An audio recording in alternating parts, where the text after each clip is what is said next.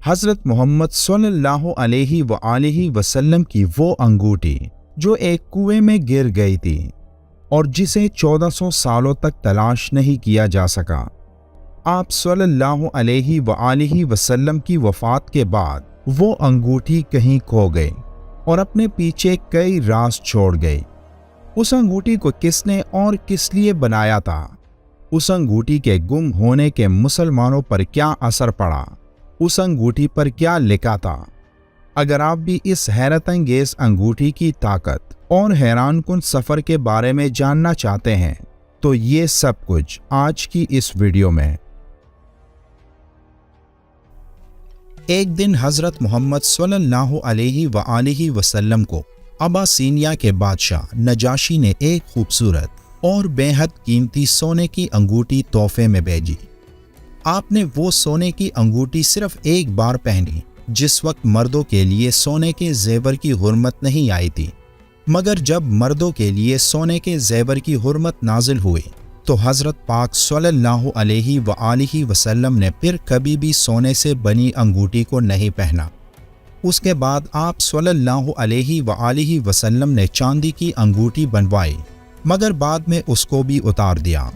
البتہ روایات سے اتارنے کی وجہ معلوم نہیں ہو سکی، لیکن روایات میں ایک ایسی انگوٹھی کا ذکر بھی ملتا ہے جو آپ کی مہر کے طور پر استعمال ہوئی تھی۔ اس دور میں جب مسلمان حضرت محمد صلی اللہ علیہ وآلہ وسلم کی سربراہی میں پوری دنیا میں اسلام کا پیغام پہنچا رہے تھے، جو پیغامات زیادہ تر خط و کتابت کے ذریعے ہوتی تھی، لیکن اس وقت کے روایات اور اصولوں کے مطابق جب بھی کسی دوسرے ملک یا سلطنت کے بادشاہ کو کوئی خط یا تحفہ بھیجا جاتا تو اس خط یا دستاویز پر اپنی مہر لگانی پڑتی، جس سے اس خط یا دستاویز کی تصدیق ہو سکے۔ ایسی ایک مہر حضرت محمد صلی اللہ علیہ وآلہ وسلم کے پاس بھی تھی، جو ایک چاندی کی انگوٹھی تھی اور جس کے سینٹر میں وہ مہر تھی جس مہر کو خطوط یا دستاویز پر لگایا جاتا تھا۔ روایات میں یہ ذکر ملتا ہے کہ اس انگوٹھی کو مدینہ کے ایک نقاش نے بنائی تھی، جو انگوٹھی اپنی خوبصورتی کی وجہ سے ہر دیکھنے والے کو اپنی طرف دیکھنے پر مجبور کرتی۔ اس انگوٹھی کی سب سے خاص بات اس کے بالکل بیچ میں 3 لائنوں میں نام محمد، رسول اور اللہ کا نقش تھا۔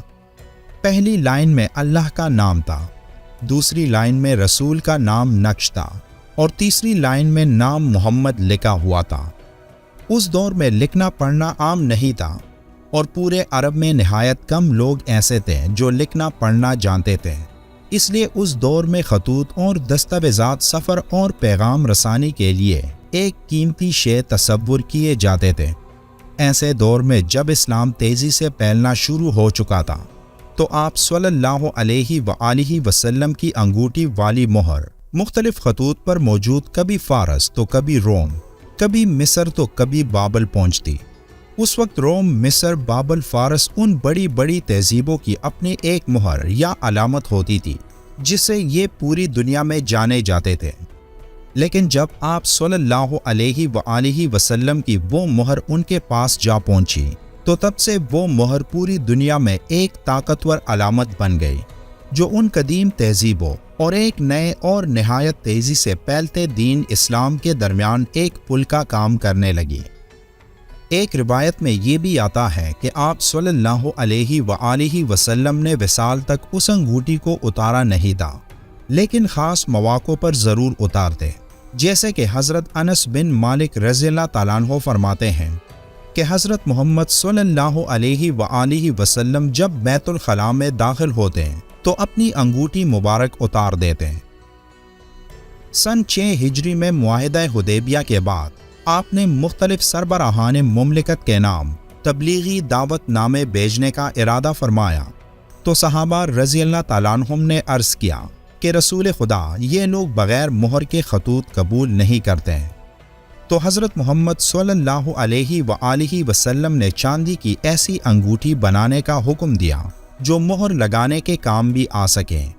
چنانچہ یہ کام یعلا بن امیہ کے ذمہ لگایا گیا تو انہوں نے حضرت محمد صلی اللہ علیہ وآلہ وسلم کی انگوٹھی بھی بنائی، اس میں نگینہ بھی لگایا اور آپ کے حکم سے اس میں محمد رسول اللہ کے الفاظ بھی کندہ کیے۔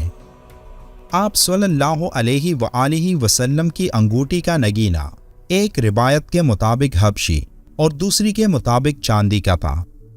پھر آپ صلی اللہ علیہ وآلہ وسلم کی انگوٹھی مبارک وصال کے بعد خلیفہ اول حضرت ابو بکر صدیق رضی اللہ تعالیٰ عنہ کے پاس رہی، اور ان کی وصال کے بعد خلیفہ ثانی حضرت عمر رضی اللہ تعالیٰ عنہ کے پاس رہی، اور پھر ان کے وصال کے بعد خلیفہ ثالث حضرت عثمان غنی رضی اللہ تعالیٰ عنہ کے پاس 6 سال تک رہی۔ لیکن اس کے بعد اچانک یہ ایسے غائب ہو گئے کہ آج تک اس کے بارے میں کوئی نہیں جان سکا کہ یہ انگوٹھی اب کہاں ہے۔ مسجد قباء سے 50 قدم کے فاصلے پر ایک کنواں ہے جسے بئر عریس کہا جاتا ہے۔ یہ وہ کنواں تھا جس کا پانی کھارا تھا، لیکن آپ صلی اللہ علیہ وآلہ وسلم نے اس میں لعاب دہن ڈالا، جس کی برکت سے اس کا پانی میٹھا ہو گیا۔ حضرت عثمان رضی اللہ تعالیٰ عنہ آپ صلی اللہ علیہ وآلہ وسلم کی وصال کے بعد غم زدہ رہنے لگے۔ ایک دن وہ ٹہلتے ٹہلتے اس کنویں کے پاس پہنچے اور اس کے کنارے پر بیٹھ کر آپ صلی اللہ علیہ وآلہ وسلم کے ساتھ بتائے وقتوں کو یاد کرنے لگے کہ کیسے ایک دفعہ آپ صلی اللہ علیہ وآلہ وسلم اس باغ میں موجود تھے جس باغ میں یہ کنواں تھا۔ ابو موسیٰ اشعری رضی اللہ تعالیٰ عنہ نے بیان کیا ہے کہ میں مدینہ کے ایک باغ بئر عریس میں رسول اللہ صلی اللہ علیہ وآلہ وسلم کے ساتھ تھا کہ ایک صاحب نے آ کر دروازہ کھلوایا۔ آپ صلی اللہ علیہ وآلہ وسلم نے فرمایا کہ ان کے لیے دروازہ کھول دو اور انہیں جنت کی بشارت سنا دو۔ میں نے دروازہ کھولا تو حضرت ابو بکر صدیق رضی اللہ تعالیٰ عنہ تھے۔ میں نے انہیں نبی کریم صلی اللہ علیہ وآلہ وسلم کے فرمانے کے مطابق جنت کی خوشخبری سنائی تو انہوں نے اس پر اللہ کی حمد کی۔ پھر ایک اور صاحب آئے اور دروازہ کھلوایا تو آپ صلی اللہ علیہ وآلہ وسلم نے اس موقع پر بھی یہی فرمایا کہ دروازہ ان کے لیے کھول دو اور انہیں بھی جنت کی بشارت سنا دو۔ تو میں نے دروازہ کھولا تو حضرت عمر رضی اللہ تعالیٰ عنہ تھے۔ پھر ایک تیسرے صاحب نے دروازہ کھلوایا، ان کے لیے بھی نبی کریم صلی اللہ علیہ وآلہ وسلم نے فرمایا کہ دروازہ کھول دو اور انہیں جنت کی بشارت سنا دو، ان مصائب اور آزمائشوں کے بعد جن سے انہیں دنیا میں واسطہ پڑے گا۔ وہ حضرت عثمان رضی اللہ تعالیٰ عنہ ہوتے ہیں۔ روایات میں آتا ہے کہ حضرت عثمان رضی اللہ تعالیٰ عنہ اسی واقعے کو یاد کر کے کسی گہری سوچ میں اس کنویں کے کنارے بیٹھے اس انگوٹھی کو اپنی انگلیوں میں گما رہے تھے کہ اچانک وہ انگوٹھی ان سے نیچے اس کنویں میں گر گئی۔ ایک روایت میں یہ بھی آتا ہے کہ حضرت عثمان غنی رضی اللہ تعالیٰ عنہ ایک اور صحابی کے ساتھ تشریف فرماتے ہیں۔ آپ دونوں میں سے کوئی ایک انگوٹھی مبارک دوسرے کو پکڑا رہا تھا کہ وہ انگوٹھی اس کنویں میں گر گئی۔ پھر 3 دن تک دن رات اس انگوٹھی کو اس کنویں میں ڈھونڈنے کی کوشش کی گئی، لیکن باوجود بہت زیادہ تلاش کے نہ مل سکی۔ ایک جگہ یہ بھی ذکر ہے کہ اس کنویں میں پانی بہت زیادہ نہیں تھا، لیکن اس انگوٹھی کے گرنے کے بعد اچانک اس میں اتنا پانی ابھر آیا کہ اس انگوٹھی کو ڈھونڈنا ناممکن ہو گیا تھا۔ کہتے ہیں کہ اس انگوٹھی مبارک کے گم ہونے کے ساتھ خیر و برکت میں بہت فرق آ گیا اور اس امت میں نہ ختم ہونے والے فتنوں کا آغاز ہو گیا، حتیٰ کہ حضرت عثمان رضی اللہ تعالیٰ عنہ خود بھی شہید ہو گئے۔ آج کے جدید دور میں بھی اس انگوٹھی کی تلاش جاری ہے، لیکن اب تک اس انگوٹھی کو تلاش نہیں کیا جا سکا۔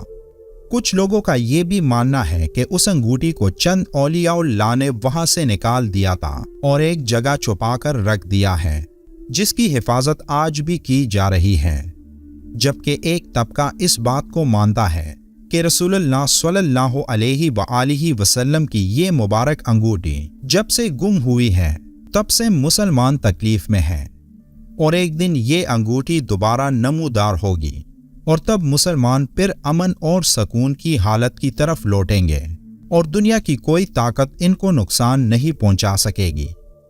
شاید وہ دور حضرت امام مہدی کا دور ہوگا، اس بارے میں اللہ بہتر جانتا ہے۔